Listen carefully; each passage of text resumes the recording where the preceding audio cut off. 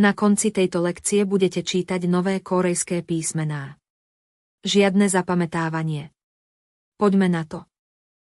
Pamätajte si tajomstvo hangulu, každé písmeno má tvar vašich úst, keď ho vyslovujete. Tu je písmeno.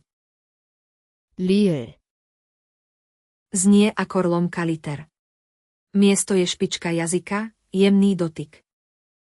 Teraz pridajte samohlásku a počúvajte. 라, 루, Tu je písmeno. 미음, Znie ako meter. Miesto sú obidve pery, nosové. Teraz pridajte samohlásku a počúvajte. 마, 모, Tu je písmeno.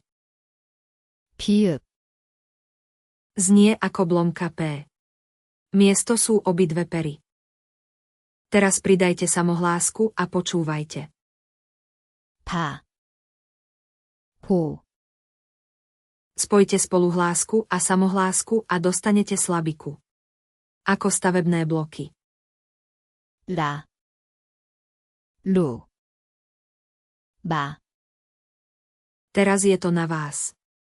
Prečítajte si to nahlas. Zastavte sa, ak potrebujete. 라, 루, 마. Úžasné. Práve ste sa naučili 3 spoluhlásky. Už môžete čítať viac kórejčiny ako včera. Teraz si to zapamätajte. Choďte na korean.viasom.com. Bezplatná prax, žiadna registrácia. Odkaz je nižšie.